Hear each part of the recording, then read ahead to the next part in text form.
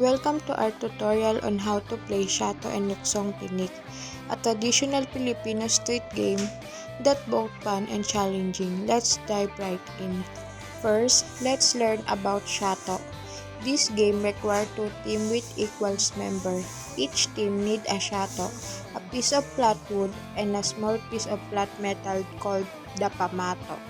To start, draw a grid on the ground using chalk or tape, divided into smaller squares. This will be your playing field. Each team take turns placing their shato in their half of the grid. The objective is to use your pamato to hit the opponent's shato. The team that successfully knocks the opponent's shato out of the grid wins the round. Here are some important rules to remember. First, player takes turn throwing the pamato. Second, a player must throw from their designated throwing line. Third, the pamato must hit the opponent's shato to be considered a valid move.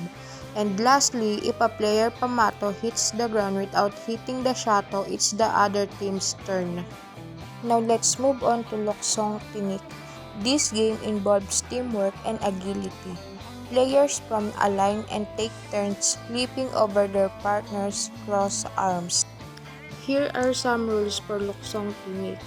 First, player take turns being the jumper and the crosser. Second, the crosser arm must be crossed in front, creating a tinik or turn for the jumper to leap over. And lastly, if a jumper fails to clear the turn, they are out for that round. In both Shato and Luksong Tinik, the team that wins the most round or successfully complete the most leap in Luksong Tinik wins the game. That's it.